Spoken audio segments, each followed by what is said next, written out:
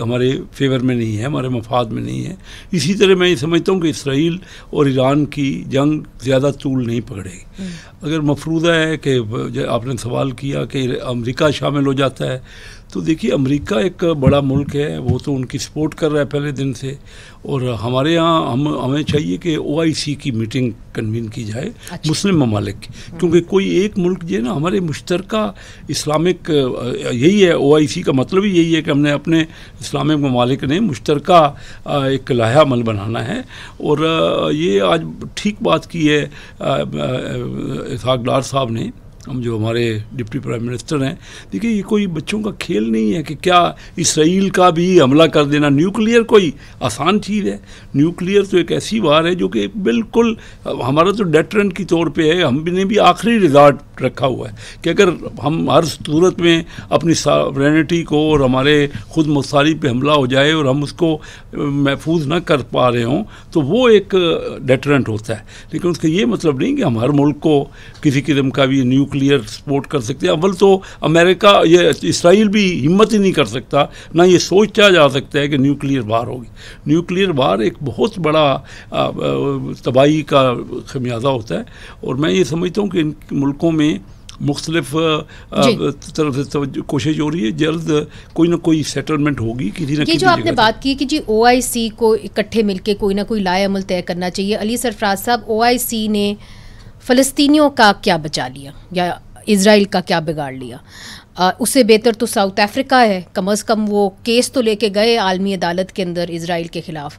OIC نے تو بلکہ اگر آپ جارڈن کی طرف دیکھیں یا ایجپٹ کی طرف دیکھیں، کاغذوں میں ہے صرف OIC. You are absolutely right. دیکھیں جی OIC کو تو یہ تو ہماری ایک خواہش ہے. OIC کا ایک مقصد یہی تھا کہ مسلمان ملک مل کے کوئی نہ کوئی لائحہ عمل بنا لے، لیکن وہ اس قابل میرے خیال میں، if I have to give my independent opinion, OIC صرف اب کاغذوں کی حد تک ہی ہے. اور ہر ایک کے اپنے اپنے ویسٹڈ انٹرسٹ ہیں. ہر ملک اپنی پالیٹکس دیکھتا ہے، اپنی جیو پالیٹکس دیکھتا ہے، اپنے انٹرسٹ کو دیکھتا ہے، اور ہمارے میں وہ بات ہے نہیں.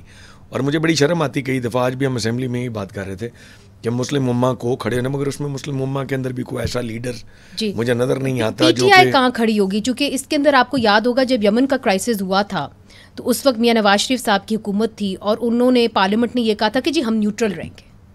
تو PTI کہاں کھڑی ہوگی اسرائیل اور ایران کے تنازع میں؟ Of course with Iran. But what does it mean by Iran? Does it mean that just statements like you did with Palestine? دیکھیں ایسی بات نہیں ہے.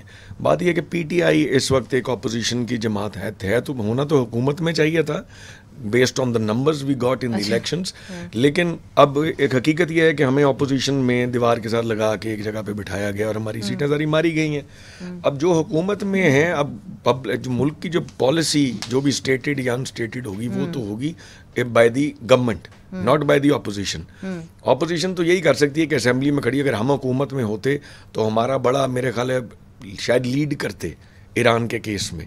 لیکن اب کیونکہ ہم حکومت میں نہیں ہیں، ہم تو صرف گورنمنٹ کو انسسٹ کر سکتے ہیں کہ ہمیں اس موقع پہ ایران کے ساتھ کھڑے ہونا چاہیے، بیکاز جو یہ اسرائیل کی اٹراسٹیز ہیں ان دا ریجن اور ون آفٹر دی ادر، ایک ایک کر کے ساری مسلم ممالک کے گھٹنے لگتے جا رہے ہیں. اور اس میں and it is not going to stop like this. آج ایک کی باری، کل دوسرے کی باری، پھر تیسرے کی باری. کیا سعودی عربیہ کھڑا ہوگا آپ کے ساتھ اس موقف پہ؟ نہیں، ابھی تو سعودی عربیہ کے بیان بھی ذرا اب آ رہے ہیں. اب اس وقت تو اسرائیل نے یہ جو آؤٹ آف دا وے جا کے جو اٹیکس کیے ہیں، اسرائیل کو بہت ساری کنڈیم تو کیا جا رہا ہے پوری دنیا میں، سم جو کہ جی. تو آصف علی درانی صاحب سے بھی پوچھ لیتے ہیں، چونکہ یہ سفیر رہ چکے ہیں ایران میں. آصف علی درانی صاحب، آپ تو سفیر رہ چکے ہیں ایران میں بھی، متحدہ عرب امارات میں بھی. آپ کی اپنی کیا تھنکنگ ہے؟ جو ایک کیسر احمد شیخ صاحب نے بات کی کہ جی OIC کو اکٹھے ہو کے ایک یونیفائڈ بیان یا ایک لائحہ عمل طے کرنا چاہیے، اس کے اندر آپ کتنے ڈیوائیڈڈ دیکھ رہے ہیں مسلم امہ کو؟ سعودی عربیہ کہاں کھڑا ہوگا؟ UAE کہاں کھڑا ہوگا؟ جی شکریہ. میرے خیال میں تو OIC کا اجلاس لازم بنتا ہے، اور OIC کے سیکرٹری جنرل بھی اس کو کنڈیم کر چکے ہیں. سعودی عربیہ نے، ایون UAE نے جو کہ ابراہیم اکارڈ کا حصہ ہے، انہوں نے کیا. پاکستان کا جو بیان تھا وہ ان ایکویوکل تھا، and we expressed our solidarity with the government and people of Iran, وہ اپنی جگہ حقیقت ہیں. بات یہ ہے کہ ہم تو ایک طرح سے ہراول دستہ کے طور پہ پاکستان رہا ہے. OIC کے پلیٹ فارم پہ اب کمزوریاں ہیں تو اس کو میں اور آپ دور نہیں کر سکتے. وہ 57 ممالک ہیں جن کو ایک فیصلہ کرنا ہے کسی. میں آپ کو یاد دلاؤں 1974 میں آئل ایمبارگو پہ OIC کا ایک سٹینڈ تھا جس سے آپ دیکھ سکتے ہیں بڑا ایک ہلچل مچ گئی تھی. تو اگر ہم یونائٹڈ ہو جائیں تو یقیناً ہم بہت کچھ کر سکتے ہیں. اس لیے میرے نزدیک یہ کہ یہ ایک اور چونکہ اسرائیل اس میں ایگریسر ہے اور اس کا صرف خالی OIC ممالک کی بات نہیں ہے, باقی بہت سے ممالک نے جو ہے اس کا یورپین ممالک نے بھی, لیٹن امریکہ اور آسیان کنٹریز نے بھی اس کو جو ہے کنڈیم کیا ہے. مگر آصف صاحب آپ سے ایک اگر سوال کیا جائے امریکہ کے حوالے سے, ایک صدر ٹرمپ نے اس طرف اشارہ بھی کیا تھا, انہوں نے کہا کہ کیونکہ مذاکرات ہمارے ہو رہے تھے اور اس دوران جو ہے یہ کرائسس پیدا ہو گیا اور حملے ہو گئے ایران کے اوپر, تو مے بی انہوں نے کہا کہ this will motivate Iran to come to some kind of conclusion in the talks جو عمان میں ہونے تھے امریکہ اور اسرائیل کے درمیان, امریکہ اور ایران کے درمیان. آپ کو لگتا ہے کہ جی اس کو کیسے دیکھتے ہیں؟ یہ میرے خیال میں ملی بھگت تھی کیونکہ secretary of state mark Rubio نے تو کہا کہ اسرائیل ڈڈ ناٹ کنسلٹ اس, لیکن اس سے اگلے دن پریزیڈنٹ ٹرمپ نے کہا کہ Israel attacked and it was excellent. تو نیتنیاہو کا بھی بیان ہے اس پہ کریں گے. میرے خیال میں اسرائیل بغیر امریکہ کو مطلق کیے ہوئے وہ کیسے کر سکتا. اس کے بعد امریکہ جو ہے پوری طرح جو ایران کے جو کاؤنٹر اٹیک ہے میسائل وغیرہ کے, تو اس کو نیوٹرلائز کرنے میں امریکہ نے اپنی پوری فورس لگائی ہوئی ہے. پلس اسرائیل کا جو ہے آئرن ڈوم سسٹم جو ہے بیلسٹک میسائل ڈیفنس سسٹم, وہ بھی پوری طرح سے کام کر رہا ہے. سو از دا تھرڈ سسٹم, وہ بھی کام کر رہا ہے. تو یہ صرف ان کا ریٹرک ہے, لیکن امریکہ پوری طرح اس میں شامل ہے. جی رائٹ. کیسر صاحب آپ نے آصف صاحب کی بات سنی, انہوں نے کہا جی امریکہ اس کے اندر پوری طرح سے شامل ہے. اب دیکھیے اگر ہم عالمی دنیا کی مارکیٹس کی طرف دیکھیں, چونکہ آپ یور اے بزنس مین, آپ کی اپنی کیا ریڈنگ ہے؟ آپ نے ابھی ایک بجٹ پریزنٹ کیا ہے, آپ نے جی پروجیکشنز دیے ہیں کہ جی انفلیشن یہاں تک جائے گی 6 مہینے میں. اب جب کہ قیمتیں تیل کی بڑھ گئی ہیں اور بڑھی ہیں کافی زیادہ, اس جنگ کے نتیجے میں جو پروجیکشنز ہیں آپ کی انفلیشن کی وہ کہاں جائیں گی؟ اس کا اثر بجٹ پہ کیسے ہوگا, مہنگائی پہ کیسے ہوگا؟ دیکھیے یہ ہم نے بڑی سوچ سمجھ کے فگر دیے ہیں. یہ ابھی جو جنگ ہوئی ہے یہ کوئی دیکھیں نا پورے سال کی فگرز ہیں. ابھی یہ آپ صحیح کہہ رہی ہیں کہ ابھی تو تیل کی قیمتیں 10% بڑھی ہیں, اس سے ہماری مہنگائی کچھ بڑھے گی. ہم نے بھی 7% 7.5% مہنگائی کا ہدف رکھا ہے. پچھلے سال اس سے کم ہوئی ہے مہنگائی جو ابھی سال گزرا ہے, تو ہم نے ایک بڑا ریزنیبل رکھا ہے. اس میں حالات کے تحت کچھ نہ کوئی کمی بیشی تو ہوتی رہتی ہے. ایک ایسٹیمیٹ ہوتے ہیں جو کہ بجٹ پہ دیے جاتے ہیں, اور میں یہ سمجھتا ہوں کہ جنگ جیسے میں نے پہلے کہا, میں نہیں دیکھ رہا کہ بہت لمبا عرصہ یہ جنگ چلے گی, کوئی ورلڈ وار کی طرح نہیں ہوگی, کیونکہ اس میں اس کے بعد آپ کیا پیٹرول کی قیمت نیچے لائیں گے؟ وہ تو آٹومیٹکلی اگر جنگ رک جاتی ہے تو قیمت واپس آئے گی. تو کوئی اچھی خبر بھی دے جائیں, چونکہ آج پنجاب نے پاکستان کے سب سے بڑے صوبے نے اپنا بجٹ دیا ہے اور انہوں نے منیمم ویج جو ہے وہ 40,000 کر دیا ہے. وفاق میں اس وقت 37,000 ہے, اور جو فائنانس منسٹر ہے وہ کہتے ہیں یہی مناسب ہے. نہیں وہ ٹھیک ہے فائنانس منسٹر اپنی جگہ پہ, لیکن پولیٹیشین کو ہمیں دیکھنا ہے, ہمیں اپنے علاقوں میں بھی جانا ہے, اور لوگوں سے تو ہم رابطہ کرتے ہیں نا. یہ ممکن نہیں ہے کہ 10% آپ تنخواہیں بڑھا دیں اور منیمم ویج نہ بڑھائیں, تو بڑا پریشر ہوگا اس پہ. میں خود ذاتی طور پہ بہت فیور میں ہوں اس کی کہ منیمم ویج 40,000 تو کم از کم ہونی چاہیے, کم از کم ہونی چاہیے, اور ہوگی. جب ابھی تو بجٹ پہ ڈسکشن ہو رہی ہے, مختلف رائے آئیں گی, ایونچولی جو بات ہوگی وہ فائنل ہوتی ہے نا, جب وائنڈ اپ ہوگا بجٹ اور سب, تو مختلف رائے لوگوں کی آ رہی ہیں اور سارا ڈیبیٹ ہو رہی ہے, کوئی حتمی نہیں ہے جو ہم نے دیا ہے. اچھا, تو یہ تو آپ بڑی اچھی خبر دے رہے ہیں کہ خود ہمارے جو ایک فیڈرل منسٹر ہیں وہ کہہ رہے ہیں کہ جو منیمم ویج ہونا چاہیے وفاق کے اندر اندر وہ بھی 40,000 ہونا چاہیے، جس طرح پنجاب نے آج منیمم ویج 40,000 کر دیا. اس کے اوپر بھی بات کریں گے. پاکستان تحریک انصاف کا بھی موقف اس کے اوپر لینا بہت ضروری ہے منیمم ویج کے حوالے سے، اور بجٹ کے اندر جو خلا ہے وہ کیسے پر ہوگا یہ پوچھیں گے وقفے کے بعد.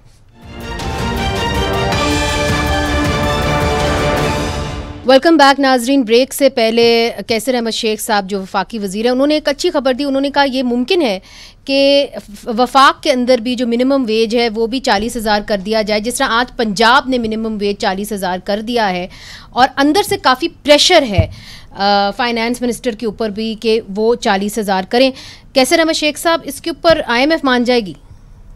نہیں، IMF کو ان چیزوں سے نہیں ہے. وہ تو کہتے ہیں کہ آپ اوور آل آپ کا ریونیو اور آپ کے ایکسپینڈیچرز میں بیلنس ہونا چاہیے. اچھا سر، کوئی اور چیز دیکھیں نا، کسی اور چیز پہ ہمیں لینا پڑے گا ٹیکس. سر ایک چیز آپ کلیئر کر دیں کہ FBR نے ایک نیا طریقہ ڈھونڈا ہے. انہوں نے کمشنرز کو پاورز دے دی ہیں. پہلی دفعہ ہم نے دیکھا ہے کہ وہ ٹیکس ایویڈرز کو اریسٹ کر سکتے ہیں. اس کے اوپر جو پاکستان بزنس کاؤنسل ہے انہوں نے بہت ہی تشویش کا اظہار کیا ہے. آپ کا کیا ریئیکشن ہے؟ آپ انڈسٹریز کو ریپرزینٹ کر رہے ہیں. پہلے بھی یہ پاور ہے، وہ تو اسسٹنٹ کمشنر کے پاس تھی.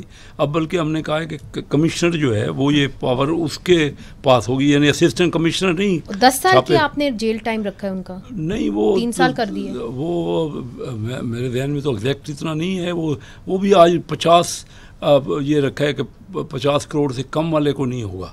آج آپ دیکھ رہے ہوں گے کلپنگ کہ کم از کم 50 کروڑ روپے کا. یہ پہلے آپ کرتے رہے، اریسٹ کرتے رہے ہیں ایسے لوگوں کو. ہاں، یعنی چھوٹے عام لوگوں کو اوپر امپیکٹ نہیں ہوگا. چند بڑے جو ہے نا لوگ یہ کچھ فگرز انہوں نے آپ کو دیے کہ پہلے آپ اریسٹ کر کے کتنا آپ رقم ان سے لے لیتے ہیں، کتنا آپ کا اضافہ ہوتا ہے؟ اریسٹ ہوئی نہیں. آپ میں تو بزنس سے جانتا ہوں، بہت کم لوگ اس میں آتے ہیں جس کے لیے بڑے اتھینٹک کچھ ثبوت ہوتے ہیں، بالکل کنفرم ہوتا ہے. اس طرح نہیں ہوتا کہ انڈسکریمنیٹ ہر ایک کو یہ استعمال کی جائے. یہ کامیاب اسٹریٹجی رہی ہے ماضی میں؟ نہیں، یہ کامیاب اسٹریٹجی نہیں ہے. اچھا. اس کا مقصد بھی یہی ہے کہ لوگوں کو موٹیویٹ کیا جائے. مقصد کسی کو پکڑنا نہیں ہے، نہ ہی کہ بزنس کو کوئی خوف زدہ کرنا ہے. مقصد تو صرف یہ ہے کہ لوگ ہوشیار رہیں اور بہتر وہ اپنے ٹیکس ریٹرن سبمٹ کریں. علی سرفراز صاحب، یہ ایک طریقہ ہے لوگوں کو موٹیویٹ کرنے کے لیے کہ وہ ٹیکس دیں، کمشنرز کو پاورز دے دینا کہ جی ان ٹیکس ایویڈرز کو اریسٹ کیا جائے. آپ اس پہ کیوں شور مچاتے ہیں؟ اس کے اوپر بات کر لوں. جی.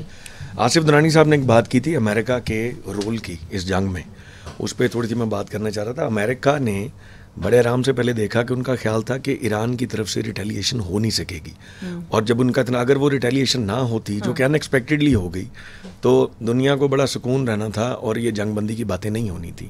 It was not without consultation with the US کہ یہ جنگ انیشیٹ کی گئی تھی.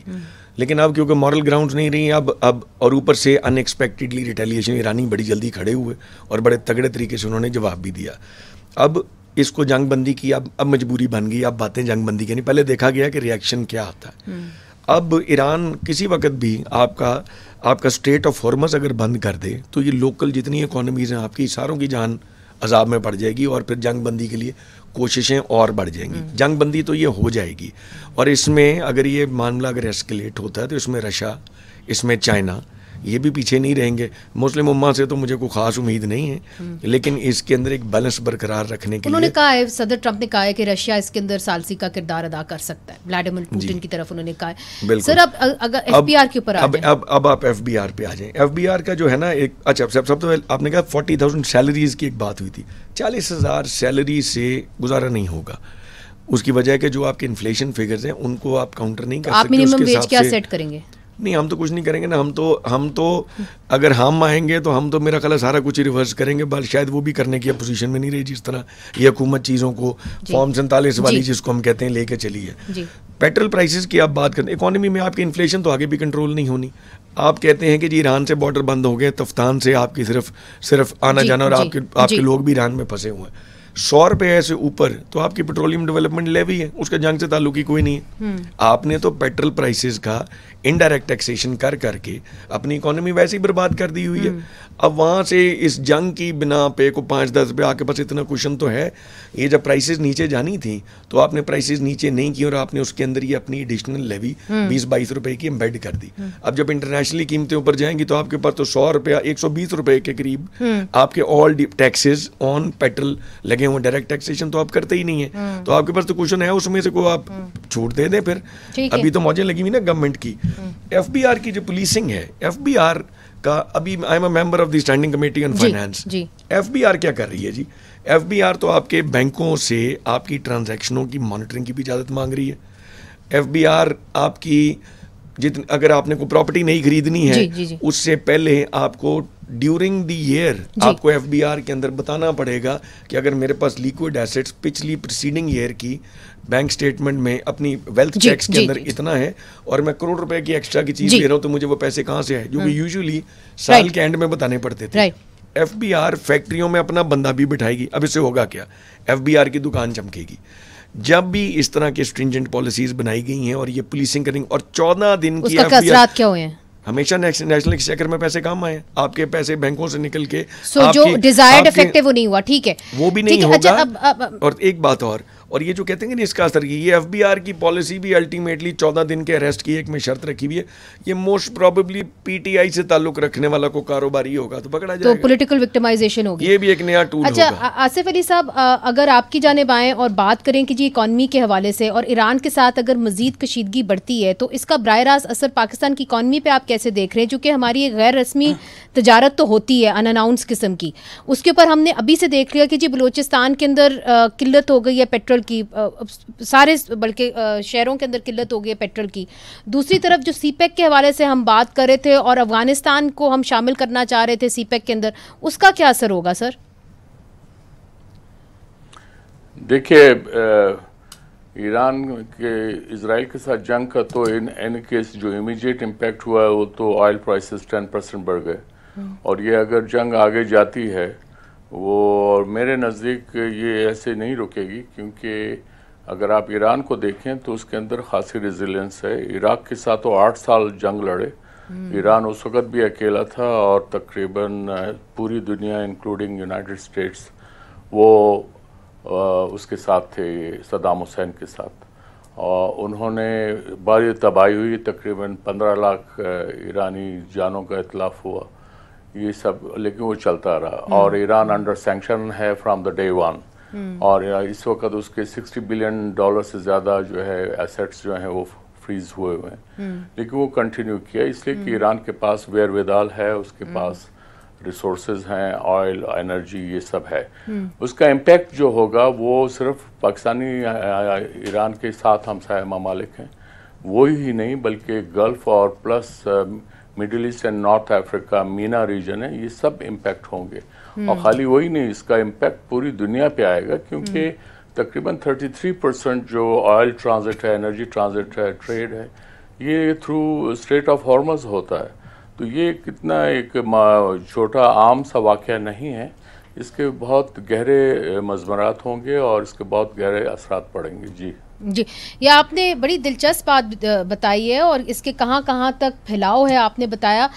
ایک اور بات جو اسرائیل کرتا ہے وہ یہ کہتا ہے کہ چونکہ ایرانین رجیم اتھارٹیرین ہے تو اس تنازع کی وجہ سے وہ یہ کہتے ہیں اور امید کا اظہار کرتے ہیں کہ جی وہاں پہ انٹرنلی جو ہے ایک ریولوشن آئے گی. اس کا کیا چانس ہے وہ بھی پوچھیں گے آپ سے. ایک چھوٹا سا وقفہ شامل کرتے ہیں پھر حاضر ہوتے ہیں.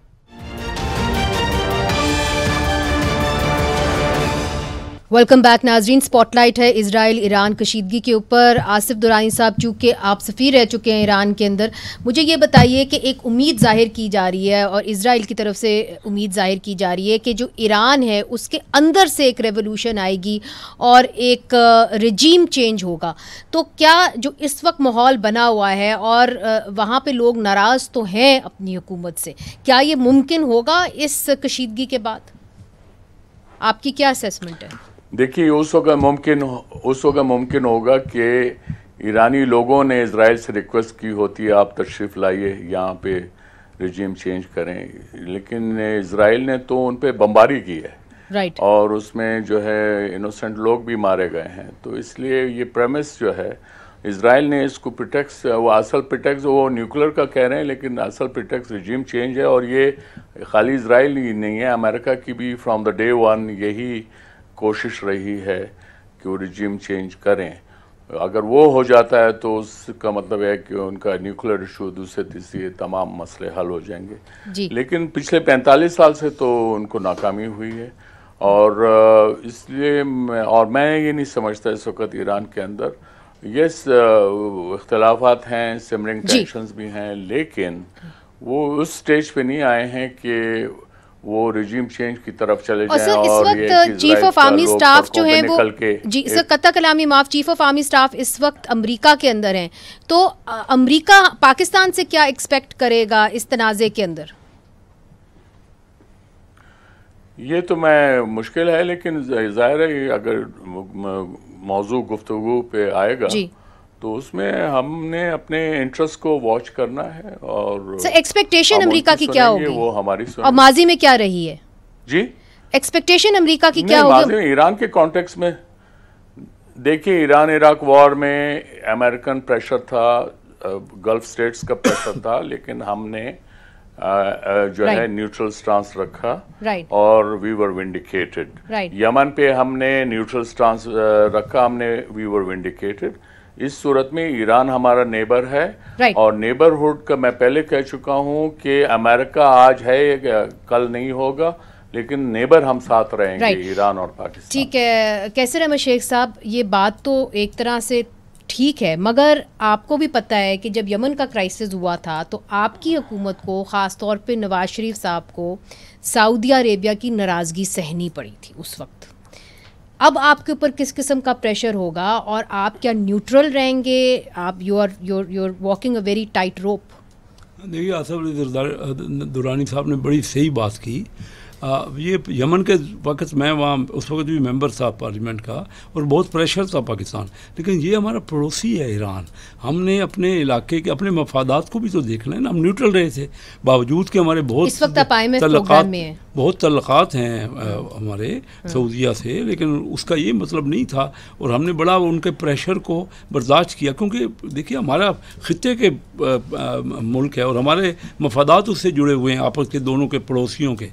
اس کا خیال ہم نیوٹرل رہے تھے, اور یہی عراق ایران وار میں بھی ہم نیوٹرل رہے. اس وقت بھی ایسا آپ سوچ رہے ہیں کہ آپ نیوٹرل رہیں گے؟ جی اس وقت تک تو ہمارا یہی سٹانس ہے. یہ تو چاہ رہے تھے کہ آپ ایران کی ساتھ کھڑے ہو جائیں, پی ٹی آئی والے. ہم ان کا سپورٹ کر رہے ہیں یو این میں, ہم ان کی سپورٹ کر رہے ہیں. ویسے ہم کوئی ملٹریلی پاکستان کبھی کسی کے لیے آج تک نہیں کیا. آپ دیکھیے ہماری تاریخ ہی نہیں ہے کہ ہم نے یہ آج جنرل مشرف کے دور کے اندر بہرحال یہ ایکوزیشنز آتے رہے کہ جند اللہ کو جگہ دی تھی بلوچستان نے جنرل مشرف نے. یہ اسحاق ڈار صاحب نے آج بڑا کلیئر کر دیا. انہوں نے کہا کہ ہمارا یہ جو ایٹامک پروگرام ہے اس کے لیے نہیں ہے, ہم تو اپنے آخری ریزارٹ ہے, ڈیٹرنٹ ہے. تو اس لیے یہ کہنا کہ ہم بیچ میں آئیں گے, یہ دیکھیں نا ابھی اس وقت کوئی ایسے حالات. علی سرفراز صاحب, آپ کی چونکہ لیڈرشپ کی بات چیت ہوئی ہے پاکستان پیپلز پارٹی کی لیڈرشپ سے, راجہ پرویز اشرف صاحب سے, تو کیا آپ کوئی مشترکہ اعلامیہ نکال سکتے ہیں بجٹ کے حوالے سے؟ I don't think so. کیا امید ہے آپ کو پاکستان پیپلز پارٹی سے, چونکہ ان کو بھی سولر کے اوپر سے ان کو کہتے وہ حیران ہیں کہ جی سولر کے اوپر آپ نے 18% کیسے ٹیکس لگا دیے. دیکھیں جی بجٹ پہ تو ابھی اتنا زیادہ کرٹیسزم ہو سکتا ہے. بجٹ میں تو کوئی ایک چیز بھی ٹھیک نہیں ہے. بنا بنایا ملا ہے, اس میں کوئی پولیٹیکل انپٹ نہیں ہے. کیسے بنا بنایا آ گیا ہے, فائنانس منسٹر نے کھڑے ہو کے پڑھ دیا ہے. پیپلز یعنی پارٹی کیسر صاحب کی کوئی انپٹ نہیں ہے. کیسر صاحب تواڈی ہے, کیسر صاحب بتا سکتے ہیں. میرا نہیں خیال کہ کوئی بھی کسی بھی پولیٹیکل آدمی کی اس کے اندر کوئی انپٹ ہے. اور اگر کیسر صاحب کی انپٹ کے بعد یہ بجٹ ہے تو پھر اللہ حافظ ہے. پھر کیسر صاحب تو ہمارے بزرگ ہیں. آپ کو پیپلز پارٹی سے کیا امید ہے؟ مجھے پیپلز پارٹی سے کوئی ایک دیکھیں بجٹ کے اندر جب پرپوزلز آتی ہیں چھوٹے موٹے چینجز ہو جاتے ہیں. اب وہ اتنی وہ ایک گلیئرنگ مسٹیک ہے. اگر آپ ایک طرف اب آپ کی انڈسٹری پہلے برباد ہوئی ہے, آپ کے ایگریکلچر برباد ہو رہا ہے. اب سولر کو پہلے پروموٹ کر کے ہم نے لوٹ مچائی ہوئی تھی. اب جب سولر کی طرف لوگوں کو رجحان ہو رہا ہے تو اب آپ کو اپنی کیپیسٹی پیمنٹس کی مصیبت پڑ گئی ہے. کیپیسٹی پیمنٹس انہی کے دور میں مسئلہ یہ سر. لاسٹ ورڈ آپ سولر پینل کے حوالے سے کچھ خبر دینا چاہ رہے ہیں, بتائیں. دیکھیے سولر کے ریٹ دنیا میں انٹرنیشنل پرائز تقریباً آتی ہو گئی, اور یہاں بڑا سستا ہو گیا سولر, اور اس میں اوور انوائسنگ ہو رہی تھی. بہت زیادہ پیسہ باہر جا, وہ ضروری تھا یہ کہ, اور پھر لوکل انڈسٹری کو بھی پروٹیکشن ضروری ہوتی ہے. 18% ٹیکس رہے گا, بالکل رہے گا. اس میں کوئی سر لوکل تو ہماری انڈسٹری ہے ہی کوئی نہیں, کون سی انڈسٹری کو تو لگے گی نا, نہیں ہے ابھی شیخ جو صاحب، لگے گی ٹھیک ہے. لوگوں کی ریکوائرمنٹ آ جائے, پہلے ہم انڈسٹری لگائیں گے, پھر ہم اس کو پروٹیکشن دیں گے جو ہم نے بھی لگانی ہے. چلیں, بہت بہت شکریہ کیسر صاحب, آپ نے ہمیں جوائن کیا. علی سرفراز صاحب آپ کا بھی بہت بہت شکریہ. آصف علی درانی صاحب آپ کا بھی بہت بہت شکریہ. ناظرین, نظر ہماری رہے گی کشیدگی جو ہے ایران اور اسرائیل کے درمیان, ایسا لگتا ہے کچھ دنوں تک تو بڑھتی جائے گی. اس کا کیا براہ راست اثر ہوگا پاکستان کی اکانومی کے اوپر آج ہم نے سن لیا, اور ایک اچھی خبر بھی سن لی کہ ہو سکتا ہے کہ وفاق کے اندر بھی منیمم ویج 40,000 کر دیا جائے, جیسے کہ پنجاب کے اندر کر دیا گیا ہے. منیزہ جہانگیر کو اجازت دیجیے, خدا حافظ.